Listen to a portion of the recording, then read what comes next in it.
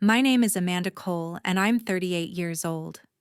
I flew 8 hours to be here today, holding a gift I had spent weeks preparing, hoping maybe, just maybe, this anniversary would be different. I didn't expect warmth or applause, but I expected to at least be allowed through the door. Instead, the moment I stepped onto the front steps, everything I'd tried to rebuild collapsed in one breath. My sister looked me straight in the eye, her expression carved out of ice, and told me I wasn't family anymore. No hesitation, no shame. Just a clean cut meant to slice through every attempt I'd ever made to stay connected. And behind her, the two people who raised me stood in perfect silence, not even blinking, as if her words were simply true. As if 8 hours of travel, years of effort, and every part of me that still believed in this family meant absolutely nothing. I didn't shout. I didn't plead. I didn't even ask why, because the answer was already written on their faces. I had been erased long before this moment. Today was just the first time they said it out loud. So I turned around. I walked back down those steps with the gift still in my hands and something heavier settling in my chest. They thought shutting the door would be the end of it. They didn't know what I carried with me, or how quickly everything they built could crack. 1 hour later, the celebration behind that door would unravel in ways none of them were prepared for. Before I tell you what he said, and what happened after I walked out, tell me, what time is it for you right now? And where are you watching from? I'm curious to see how far this story will travel. Life inside the Cole family never felt as smooth as the image on our holiday cards. My parents owned Cole Event Group, a business that ran wedding venues and conference centers across Colorado. In public, they were the polished couple giving speeches about entrepreneurship and community. At home, the unwritten rule was simple: the closer you were to the business, the more you mattered. My older sister lived in that center circle. She tagged along to site visits, listened in on calls with vendors, and talked about the brand as if it were a person. I brought home strong report cards and kept the house running, yet faded into the background whenever the company came up. Teachers and counselors said I had a talent for numbers and should consider accounting or finance. My parents nodded and asked how I planned to use those skills for the family. Every strength I had was measured by how well it could be folded into Cole Event Group. When I asked about doing something on my own, the answer stayed the same. Real success meant feeding the business that carried our name. At 20, I cleared my schedule for a weekend retreat at a mountain lodge that was supposed to include staff and family. I drove to the meeting point and found an empty lot and a text saying the group had left the night before because plans had changed. Later, when the company opened a flagship downtown venue with a ribbon cutting and press coverage, I learned about it from a news article showing my parents and my sister under the marquee. My name had never been on the guest list, so I built a life that did not depend on their invitations. I went to school for accounting, passed my exams, and started a small practice handling books for local businesses. My parents called it a side gig and repeated that real impact came from being part of something bigger, by which they meant their company, not mine. The only time my work seemed useful to them was when their own system started to strain. A senior accountant at Cole Event Group quit suddenly, and my dad called asking if I could step in for a short stretch. He pitched it as a chance to prove myself inside the business. I hesitated, then agreed. Part of me still wanted to believe there was space for me that did not require becoming a copy of my sister. From the inside, the numbers did not match the brochures. Payroll reports landed on my desk with odd gaps. Overtime hours appeared on initial drafts and vanished from final versions. Time cards were edited after events, with notes urging staff to clock out before teardown was finished. When I asked about the adjustments, I was told it was industry standard and that I was turning routine corrections into something bigger than they were. Then I reviewed the relief grants the company had received during the pandemic and the unstable years that followed. On paper, the funds were labeled as support for keeping staff employed and covering essential costs. In the ledger, transfers peeled off into side accounts that paid for cosmetic renovations, executive travel, and perks that never appeared on documentation tied to the grants. I brought a summary of what I had found to a management meeting. The explanation I got was polished: timing issues, internal reallocations, nothing improper. But the room went still in a way I could not ignore. After that, conversations shifted when I entered an office. Emails that once asked for my input started arriving without my name on them. I was still introduced as family helping out, yet I could feel the distance widening with every polite smile. That was when I began quietly saving copies of the documents I handled: payroll summaries, internal memos, grant reports, anything that showed how money and hours really moved. I told myself it was a precaution, something any careful accountant would do if they sensed trouble. Eventually, the temporary assignment ended with brief thanks and a note about restructuring the finance team. I went back to my cramped office, to clients who appreciated hard questions, and treated the whole experience as another reminder of how far I stood from the center of the coal world. A few days after returning to my routine, the invitation arrived: formal lettering, embossed edges, and a tone so polished it felt more like a press release than a message from my own parents. Their anniversary celebration had always been a spectacle, and this year's event seemed designed to be even grander. I held the card for a long moment before setting it on my desk, wondering if attending would change anything or simply confirm what I already knew. Silence didn't give me an answer, but something in me refused to stay absent again. The morning of my flight, I packed a small bag, choosing items with practical precision, as if order could soften the uncertainty ahead. Jason drove me to the airport with a reassuring calm that contrasted with the knot tightening in my chest. I moved through security, boarded my flight, and settled into a window seat. The hours stretched with a slow heaviness, filled with shifting turbulence and the muted hum of strangers around me. I kept my mind focused on the possibility, thin as it was, that showing up might open a door that had been shut for years. When the plane touched down, the sharp air of the city met me with a familiar bite. I collected my luggage and stepped into a rideshare, watching the passing scenery and feeling memories of childhood landmarks pull at me like threads. Each neighborhood carried echoes of weekends spent organizing files for the business or being drafted into preparations for events that felt more like obligations than celebrations. Still, I wondered if this time would feel different. The venue hosting the anniversary stood near the edge of a busy district, its entrance framed by clean lines and warm lights. Guests filtered in, dressed with deliberate elegance, carrying the confidence of people who believed they belonged. I paused near the walkway, holding the small wrapped gift I had chosen, a gesture meant more for myself than anyone else. My palms felt damp, though my expression remained steady. As I stepped closer to the entrance, movement at the doorway shifted. My sister emerged with an authority that matched the role she had grown into. Without hesitation, she placed herself in my path, her posture firm and unyielding.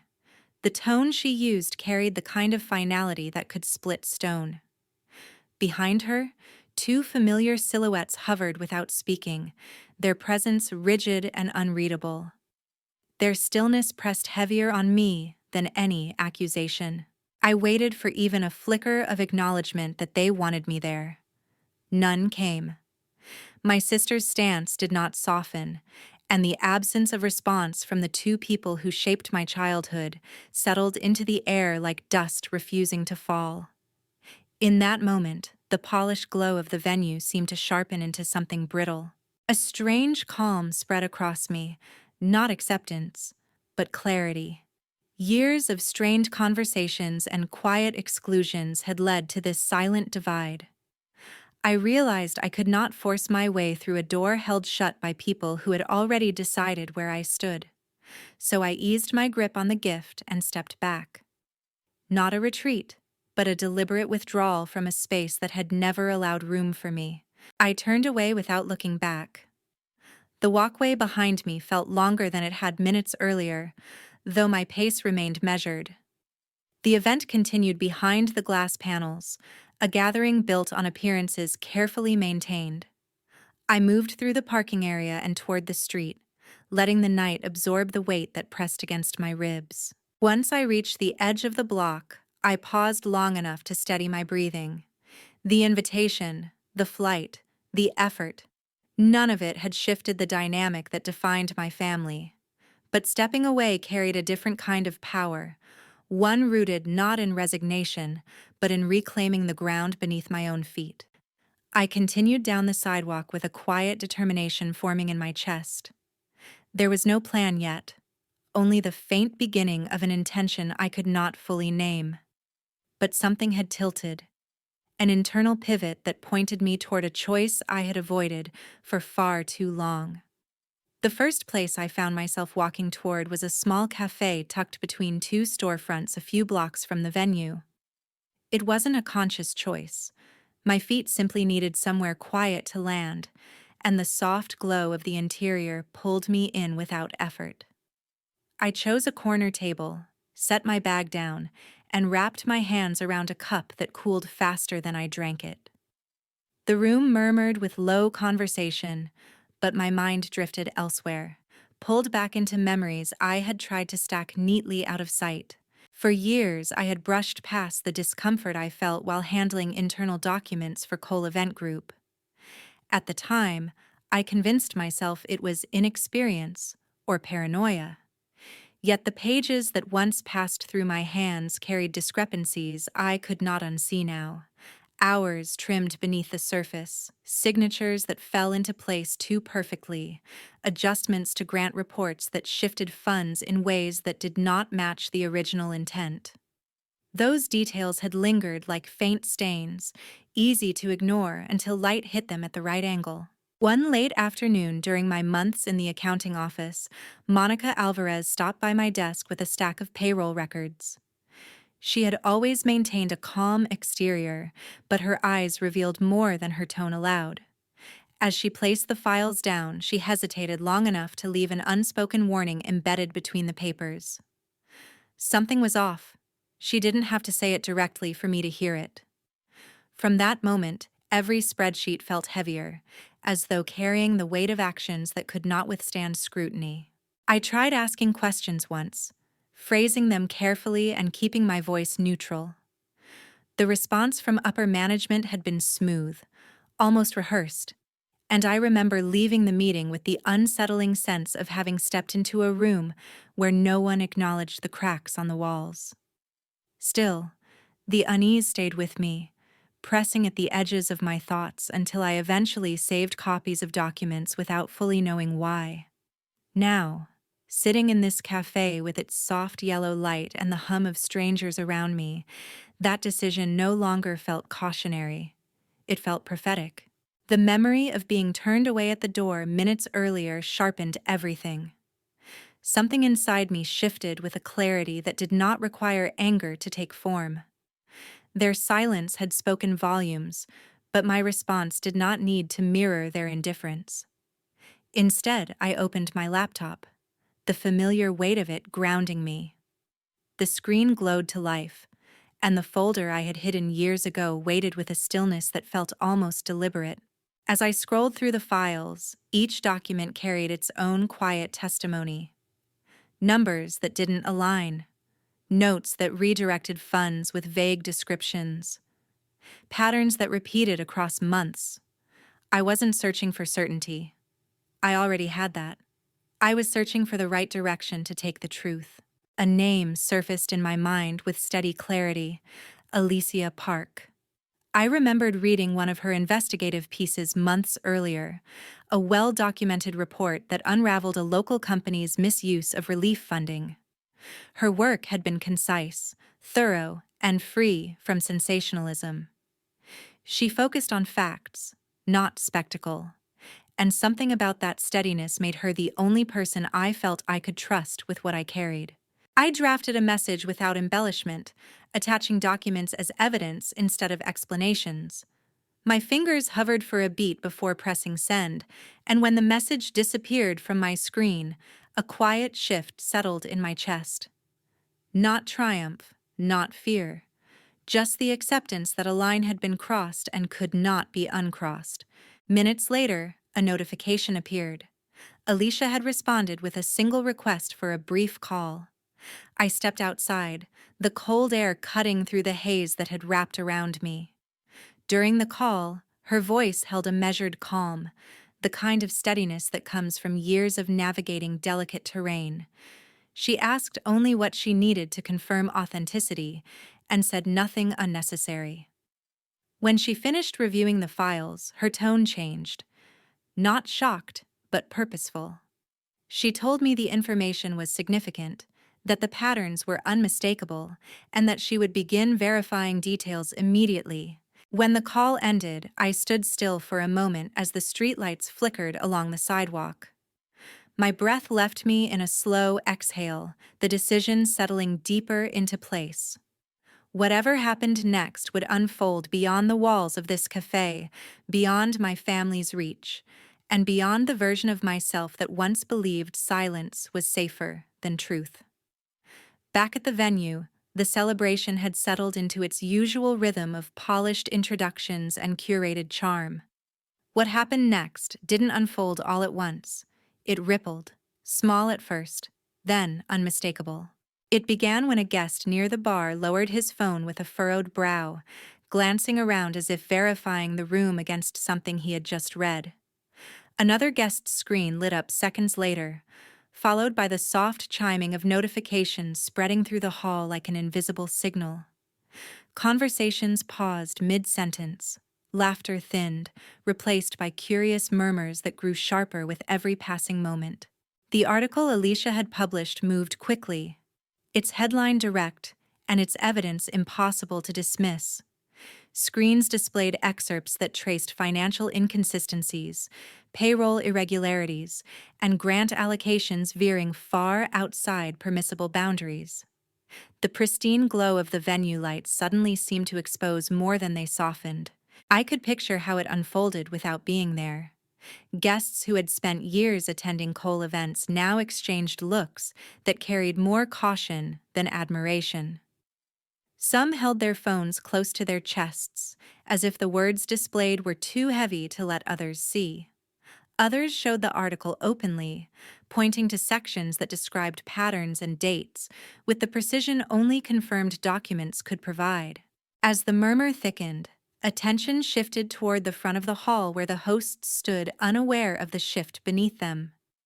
A guest approached with a rigid posture, showing his screen with a seriousness usually reserved for emergencies. More guests followed, each approaching with a question that carried a sharper edge than the last. The change in atmosphere was undeniable, a social tide turning without hesitation. Within minutes, a cluster of attendees formed around the central table.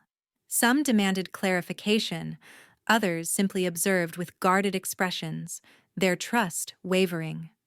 Partnerships built over years of careful networking now felt precarious. Even without raised voices, the sense of pressure must have been unmistakable, a heaviness that pressed against the carefully curated celebration. A few guests stepped aside to make calls, keeping their tone low but their urgency evident. The staff, trained to maintain composure, exchanged glances that revealed cracks in their steadiness.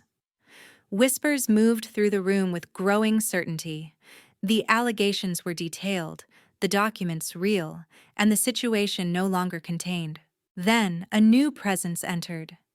The unmistakable figure of a representative from the State Labor Department, identifiable by the badge clipped neatly to a coat. Their arrival shifted the energy sharply.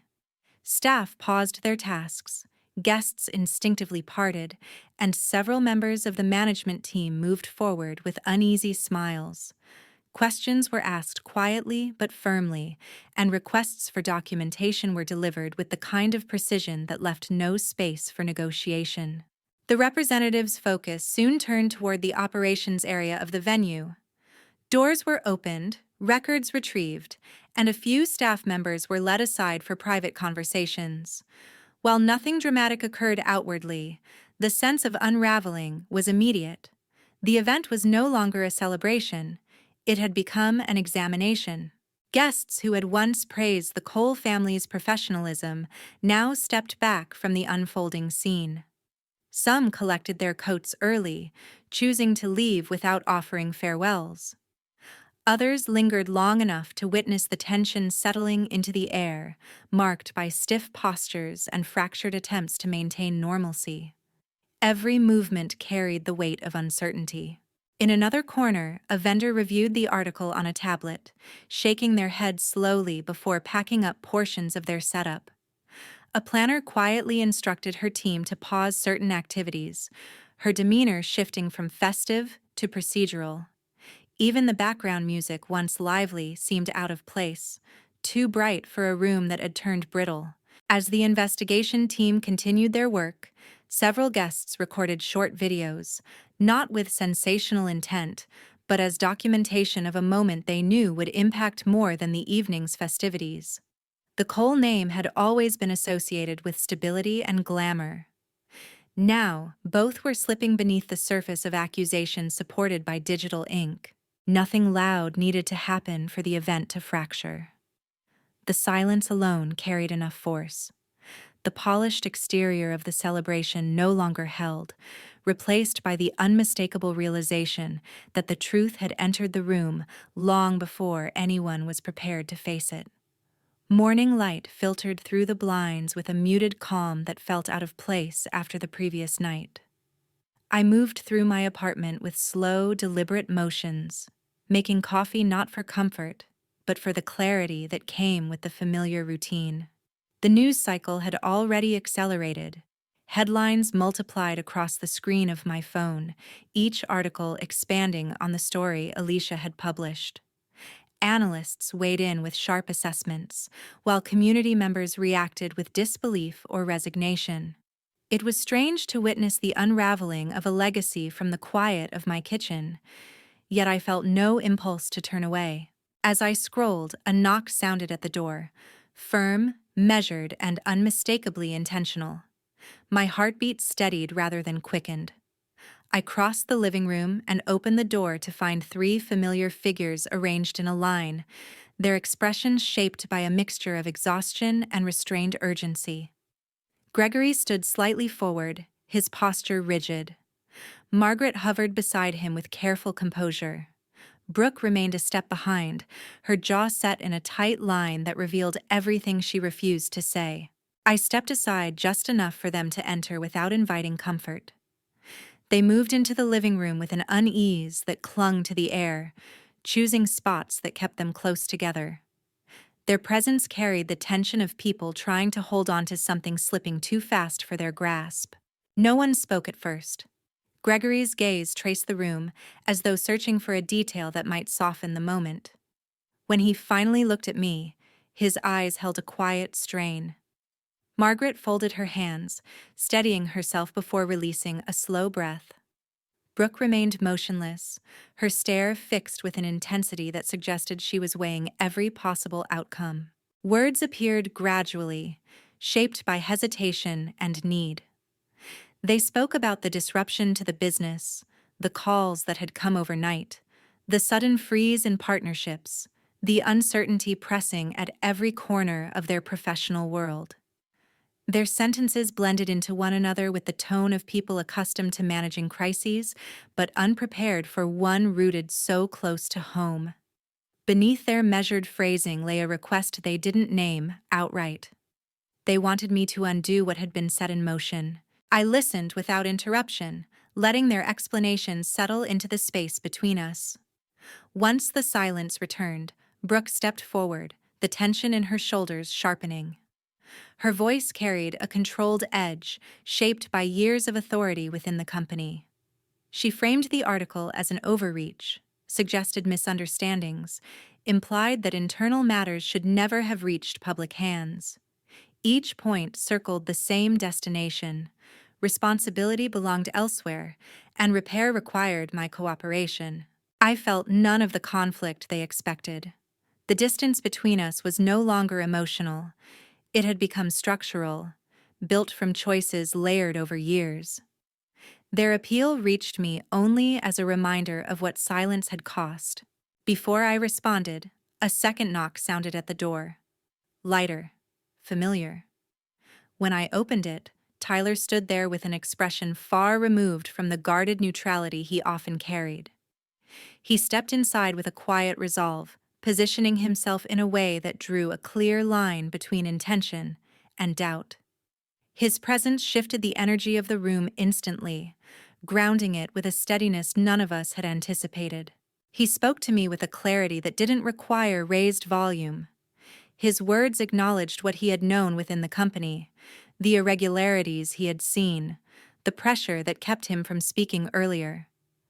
There was no attempt to justify the past, only a recognition of the part he had played by remaining silent. Then, with the same calm assurance, he made his decision clear. He no longer wished to be associated with the business or the culture that shaped its choices. The reaction from the others was immediate yet subdued. Shock that did not reach full expression, disbelief held tight behind controlled faces. Margaret's hands trembled briefly before she steadied them. Gregory's shoulders slumped under a weight he could not mask. Brooke's composure fractured at the edges, though she forced it back into place with visible effort. The room stretched into stillness as the meaning of his decision settled. I felt no triumph, only a quiet affirmation that the truth carried its own momentum once spoken. When I finally addressed them, my voice remained steady. I made it clear that the path ahead was no longer mine to shape on their behalf, and that responsibility rested where it belonged. They left in silence, carrying with them the realization that the foundation they had relied on was no longer intact. The door closed softly behind them, leaving the apartment wrapped in an unusual calm. A calm shaped, not by resolution, but by the clarity of distance newly defined. Weeks passed, and the pace of events grew steadier, as though the initial shock had finally settled into something everyone could no longer look away from.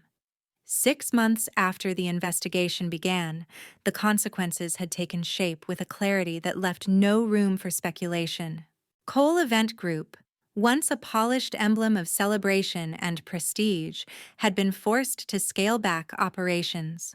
Contracts with city partners were suspended, vendor relationships dissolved, and pending bookings were rerouted elsewhere. Regulatory findings outlined violations in definitive terms, and the penalties that followed reshaped the financial structure of the company. The family name, once used as a guarantee of reliability, now carried hesitation when mentioned in professional circles. Brooke Cole stepped down from her role soon after. There was no dramatic announcement, just a notice circulated quietly among industry contacts, acknowledging her exit from day-to-day responsibilities. The rumblings within the company suggested that the decision had not been optional. The demands of leadership had collided with the realities exposed by the investigation, leaving little room for the authority she once held. Gregory and Margaret Cole faced outcomes that cut beyond reputation. Financial settlements required the sale of several assets, including one of their more prominent venues. Their circle of influence contracted noticeably, no longer buoyed by the confidence they once projected so effortlessly. They navigated their days with a subdued composure shaped by the weight of accountability, rather than the comfort of status. Monica Alvarez emerged as a key figure during the regulatory review. Her cooperation provided clarity where documentation had been obscured, allowing investigators to trace the path of decisions that had shaped the company's internal culture. Her testimony did not come from spite. It came from a commitment to integrity that had long been overshadowed by loyalty to her position. In many ways, her courage marked a turning point for others who had felt the pressure of silence within the organization. During these months, I focused on my own work with a clarity that felt unfamiliar, but steadying. The accounting practice I had once nurtured in quiet determination now grew through referrals from clients who valued transparency and diligence. I expanded my services, hired additional support, and found myself building something resilient, not because it carried a family legacy, but because it reflected choices I could stand behind without apology. My world was no longer shaped by proximity to the coal name. It was defined by the purpose I found in work that aligned with my values, and by the calm that accompanied that alignment. Yet closure of any kind rarely arrives through distance alone. One evening, as I was reviewing quarterly reports, my phone vibrated with a message from Margaret. It was brief, carrying none of the polished wording she often used. She asked to meet. Nothing more. I considered declining, but something quiet within urged me not to. So I agreed. We met at a small park near my office. Gregory and Brooke were with her, each carrying an expression shaped less by defensiveness and more by fatigue. The three of them approached with measured steps, their presence subdued, their posture lacking the certainty they once displayed so naturally. Their words did not come as a unified speech. Instead, they emerged in fragments, acknowledgments of harm, recognition of patterns that had gone unchallenged, and a willingness to face the losses as consequences rather than misfortune. No justification, no attempt to rewrite the past, just an admission of failure that felt long overdue. I listened, not to absolve them, but to understand the sincerity of their intent. For the first time, the distance between us felt bridged not by expectation, but by honesty. When I finally responded, my voice carried the steadiness I had earned through months of reflection. I told them I accepted their apology, but that acceptance did not erase the boundaries I now held. Forgiveness, for me, was an act of release, not an invitation to return to the roles we once occupied. We parted without ceremony, each of us stepping into a future shaped by our choices. As I walked back toward my office, I realized that the real shift in this story had not come from the collapse of a business or the unveiling of hidden truths.